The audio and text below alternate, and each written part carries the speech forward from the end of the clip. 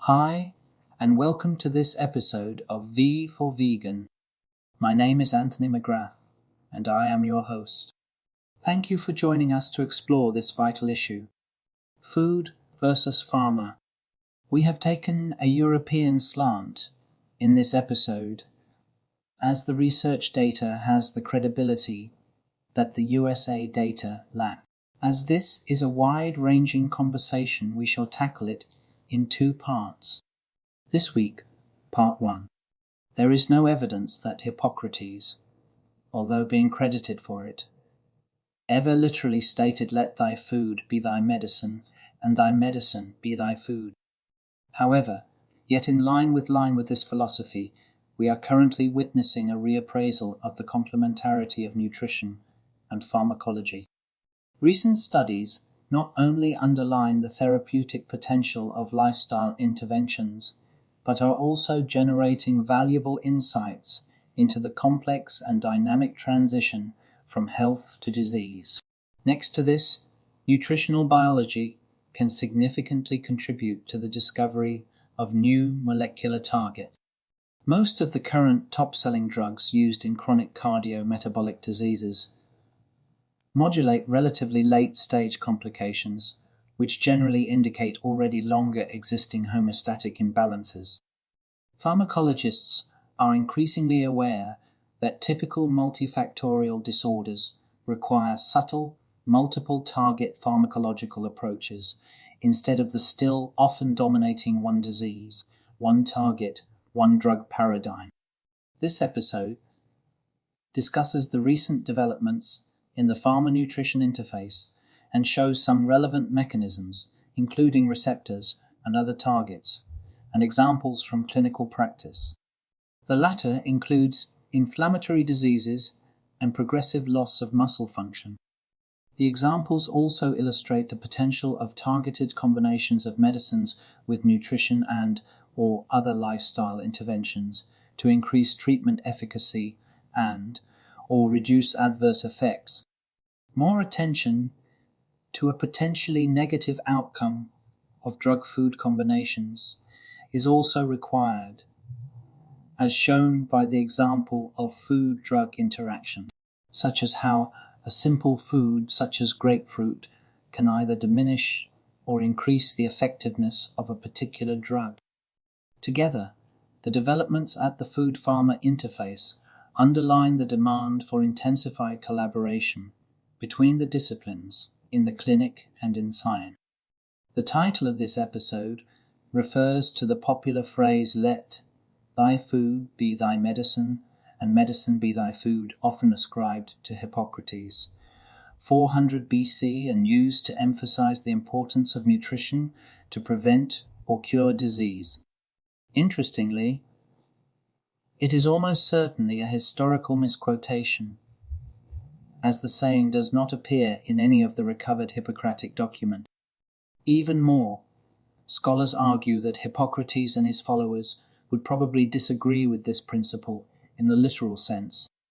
Notwithstanding this, nutrition has been a central element in many traditional forms of medicine until its role in curative medicine started to decline during the last century. However, following the increased awareness of the importance of lifestyle for disease prevention, we are now facing a renaissance of nutrition, or lifestyle in general, for disease management as well. In this context, Disease management not only comprises lifestyle interventions to improve the general health and well-being of patients, but also nutritional strategies to stabilize or even reverse the disease process itself. Here, most successful examples come from chronic disorders directly associated with an unhealthy lifestyle, specifically obesity, cardiovascular disease, diabetes type 2 and its comorbidities, outlined in peer-reviewed papers and clinical studies. However, the list of other diseases for which there is evidence suggesting that healthy nutrition can reduce disease burden and/or progression is also increasing. Examples include, but are not limited to, depression, osteoarthritis, functional bowel diseases, and multiple sclerosis. In parallel, increasing insight into the etiology and complexity of certain diseases and the high failure rate in industrial drug development have taught us that most of the low-hanging fruit in pharmacology will have been picked by 2030. Ironically, pharmacological research and development have enormously benefited from the high incidence of lifestyle-associated chronic diseases as become already visible from the list of most selling drugs. However, it is clear that most, if not all, of these compounds only modulate relatively late-stage complications. For example, hypertension, insulin resistance, or elevated cholesterol levels, which generally indicate an already longer existing homeostatic imbalance. Pharmacologists and clinicians are increasingly realizing that a one disease, one target on drugs paradigm is coming up against limitations when it concerns the multifactorial diseases that are dominating our era. As will be shown, research in nutrition and lifestyle physiology is instrumental in generating new insights into mechanisms and targets that are also of interest in pharmacological modulation. Together, these developments demand more interdisciplinary interaction between nutritional lifestyle biology and pharmacology in order to increase our understanding of the earliest events taking place in the etiology as disorders typical for our current society. This narrative review does not intend to discuss the full scope of nutrition or lifestyle as an alternative to pharma. Instead, the aim is to illustrate the ongoing developments at the interface between food and drugs by elaborating a few examples. Let me give you some background for this, some background information on the regulatory perspective and the current role of nutrition in therapy will first be provided. Food versus pharma playing field and regulatory basics. From a regulatory point of view, the gross distinction between foods and drugs follows from the primary goal of nutrition, which is to provide essential nutrients that enable normal development and functioning. This is a principal difference with pharmaceuticals, which are generally developed to treat, cure, or prevent disease. This principle also lays down the rules for product safety, as the leading principle for food is that it should be safe for the vast majority of the general population when consumed in reasonable amounts. In other words, in the case of foods, risks should be minimal and side effects are not acceptable. However, new insights and developments, scientifically and commercially, have generated principles and products that from their purpose or use do not simply fit in either the food or drug category. Increasingly confronted with this situation, authorities and regulators are also struggling with this, which is one reason that regulations can differ in different parts of the world. Even normal food can play an important role in preventing or curing disease.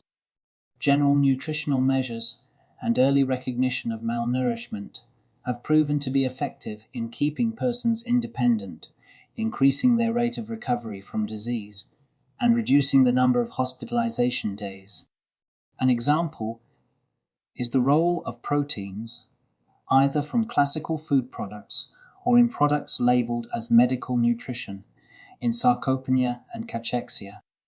Another example is the evolving role of food inflammatory indexes in certain diseases and lower carb diets, although still debated for diabetes type 2 or even type 1 patients.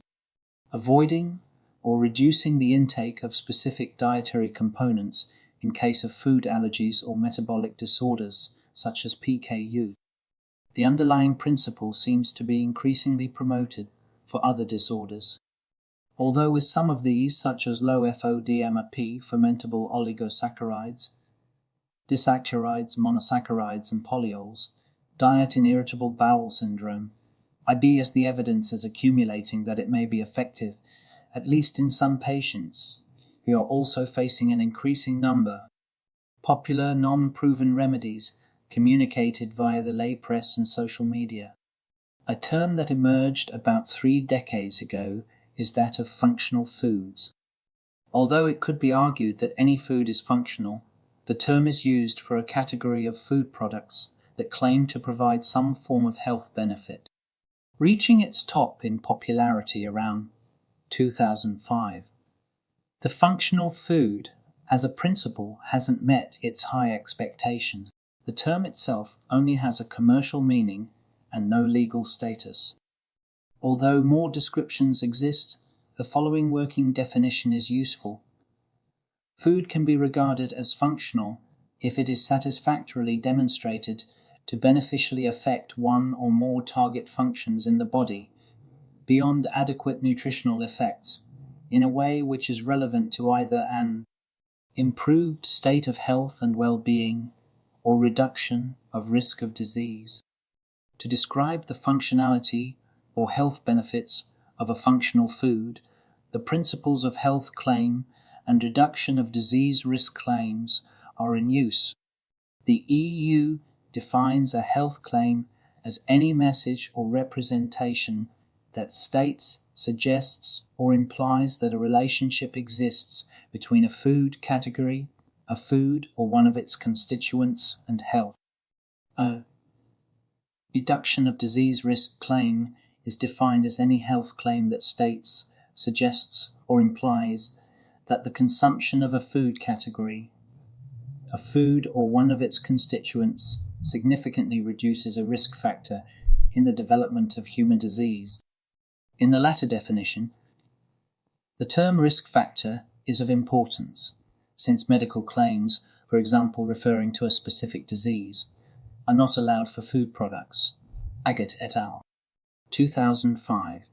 In the EU, the European Food Safety Authority, EFSA, is responsible for verifying that health claims made on a food label are substantiated by solid scientific evidence. EFSA advises the European Commission and Member States, which subsequently decide whether to proceed with authorizing the health claims. 3 main categories are being distinguished. General function, Article 13.1, claims, new function claims, and claims regarding disease risk reduction and child development or health. Article 14, when it comes to health claims, food supplements should fulfill the same criteria as set for other food products.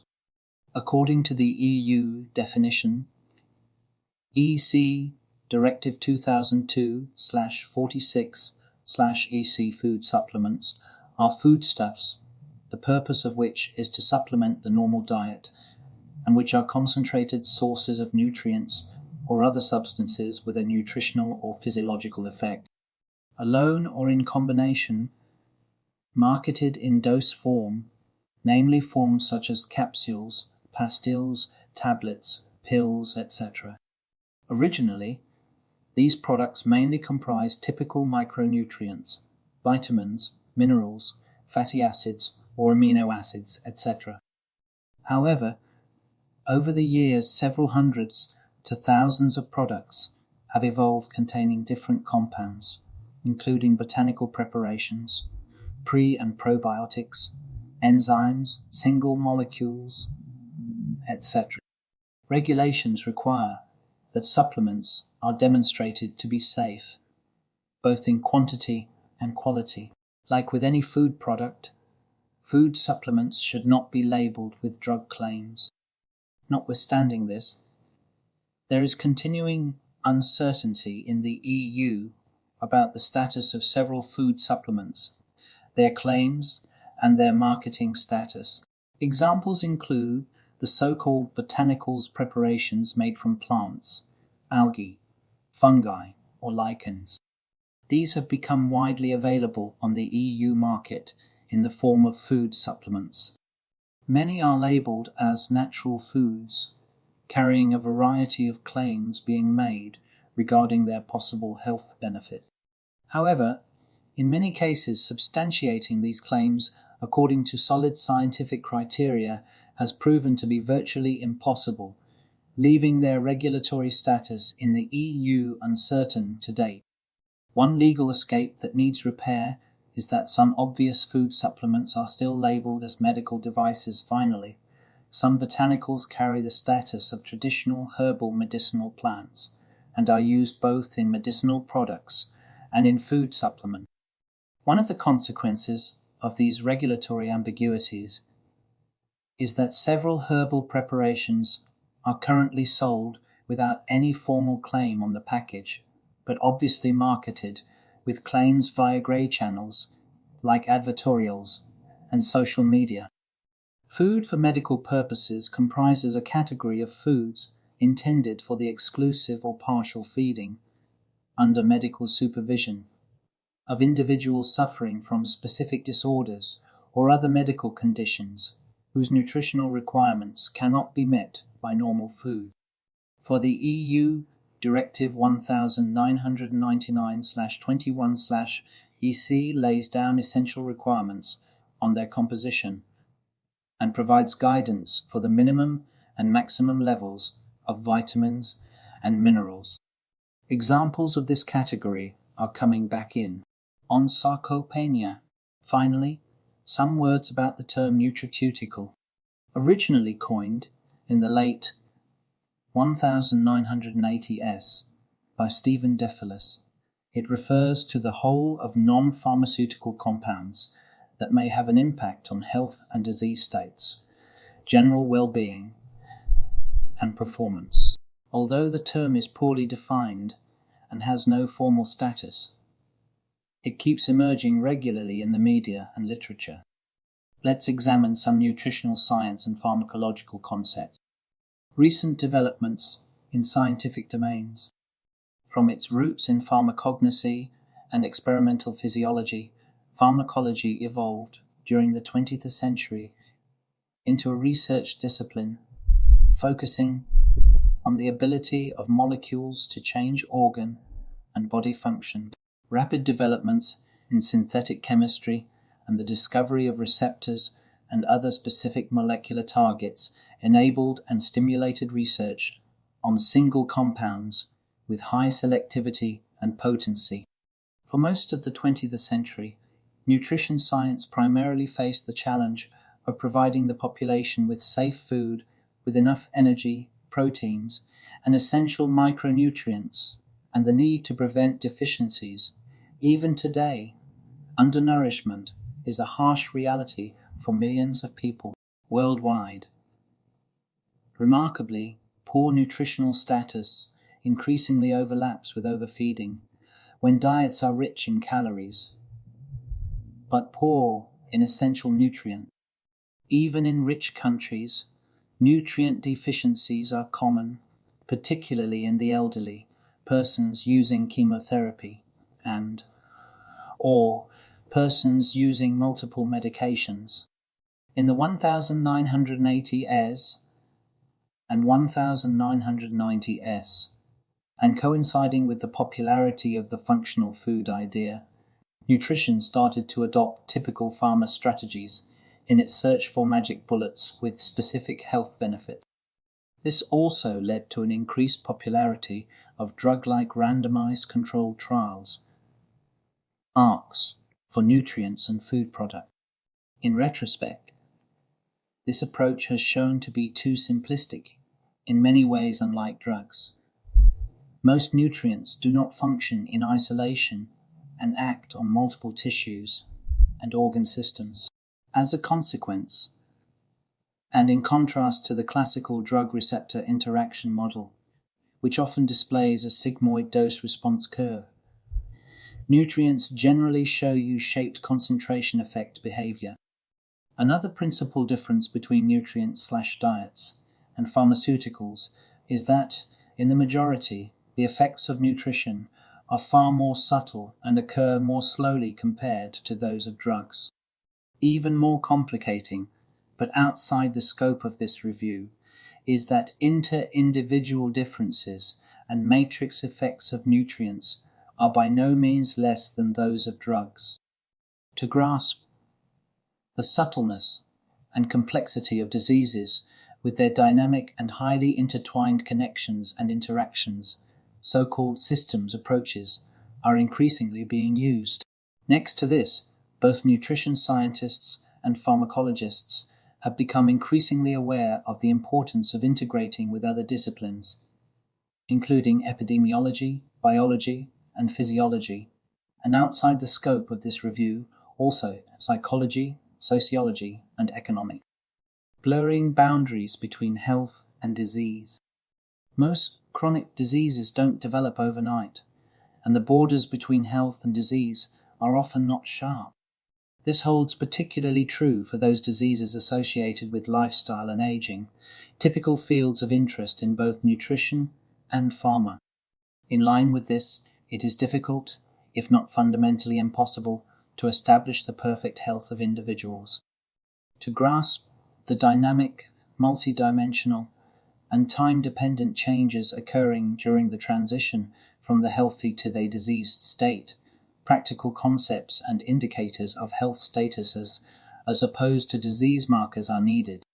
These models have in common that they go back to the physiological principle of homeostasis, quantifying health in terms of resilience, or the ability to continuously adapt to internal and external situations. An example is the ability to adapt and self-manage in the face of social, physical, and emotional challenges. Within this context, the often gradual onset of disease starts when adaptive processes begin to deteriorate. Nutrition, together with other lifestyle factors, plays an important role in maintaining or even strengthening a proper physiological bandwidth or flexibility, resilience. This is often referred to as phenotypic flexibility, being the result of the individual's genotype, his/her physiological and psychological state at a particular point in time, his/her microbiota, etc. Different regulatory mechanisms fluctuate within a certain homeostatic range. Individuals maintain homeostasis for as long as possible by adaptive changes in his/her metabolic and other pathway dynamics. Chronic disease develops when an organism, individual, is no longer able to maintain homeostatic processes within a certain limit and may require intervention. A disease process can either further deteriorate or stabilize at a new homeostatic state. To measure these dynamic processes, a systems approach is highly useful, meaning that multiple biomarkers, preferably of different integration levels, a combination of genes, proteins, metabolites, tests with a physiological response, images, etc., are analyzed at different time points and integrated into models. Such combinations of health biomarkers are often different from the classical disease biomarkers. Furthermore, stress or challenges tests are used to measure the flexibility and resilience of health. These tests measure the response to metabolic, physical, psychological, or immunological stresses. Different biochemical, physiological, or psychological protocols and endpoints are in use, indicative of specific processes. For example, a metabolic challenge test measures the response to a standardized meal or shake that provides a carbohydrate or fat load here. The lab must apply physical challenge tests. Here, a strenuous exercise protocol on a bicycle ergometer is applied to generate effects on immune function and intestinal permeability, which in turn can be used to investigate potentially positive effects of dietary interventions, probiotics, etc. Other challenge tests apply vaccination, experimental infection. An organism maintains homeostasis for as long as possible by changes in its metabolic pathway dynamics. Nutrition aims to support this homeostasis. Chronic disease develops when an organism, individual, is no longer able to maintain homeostatic processes within a certain limit and may require intervention. A disease process can either further deteriorate or stabilize at a new homeostatic state. Common molecular targets and strategies in pharmacology and nutrition. Molecular pathways and targets of drugs and nutrients are highly intertwined since many drugs act on physiological mechanisms that also play crucial roles in, for example, nutrient metabolism or eating behavior. Next to this, our food has always contained compounds, mostly produced by microorganisms or higher plants that can produce biological effects that go far beyond nutrition. Many classical drugs are originally derived from natural compounds. To deal with these non-nutritional compounds, organisms have developed biotransformation enzymes and transporter systems, allowing their elimination or to reduce their uptake.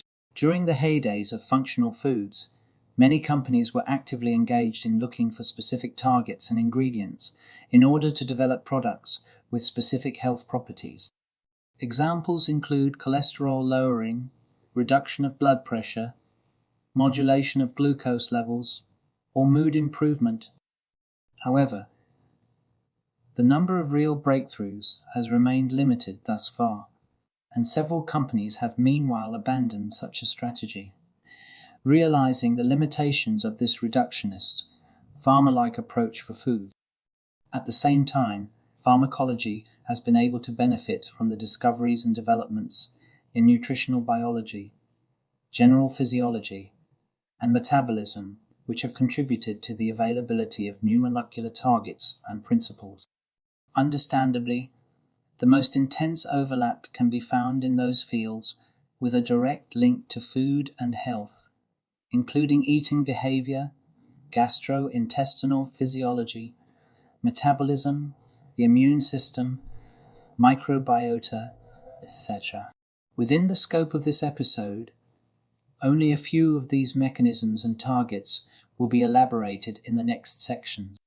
Some examples of clinical implications will be described in more detail in the next episode. A simple summary at this point is that the lab is not the world, and the world is not the lab. Neither reflects the lived experience of the person. Moreover, they both exclude the emotional, cultural, and sociological drivers, which give the appearance that the driver is sleeping at the wheel, heading for the deep ravine of extinction. The radio plays adverts for consumption from companies who claim to have your best interest at heart, but truly only care about how much you buy from them. As always, it is caveat emptor. Thank you for listening, and part 2 will be next week. Nutrient receptors as pharmacological targets. This has been a production of Spirit Quest Publications, a division of Anthony and Mary Holistic Health Services, LLC. All rights reserved.